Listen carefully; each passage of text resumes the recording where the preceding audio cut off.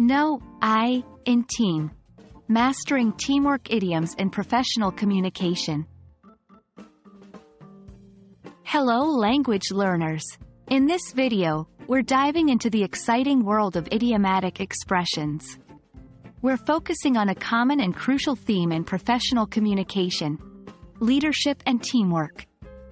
Our specific idiom for today is, "There's no I in team." This phrase is widely used in the workplace to promote collaboration and unity. Let's get started. The expression, "There's no I in team," is an English idiom that underscores the importance of teamwork and cooperation.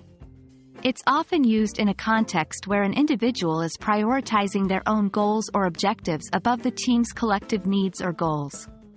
The phrase derives from the observation that the word team does not contain the letter I, metaphorically implying that team efforts are not about individual glory but collective success.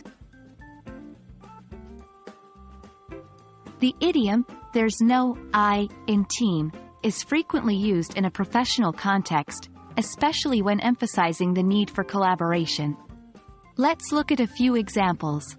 1. Scenario 1. A manager noticing a team member prioritizing personal success over collaborative work might say, "Remember, there's no I in team. Let's focus on achieving our collective goal." 2. Scenario 2. During a team-building activity, a facilitator might motivate the group saying, "In order to solve this problem, we need to work together. There's no I in team." To expand your vocabulary further, let's explore a few other idioms associated with teamwork.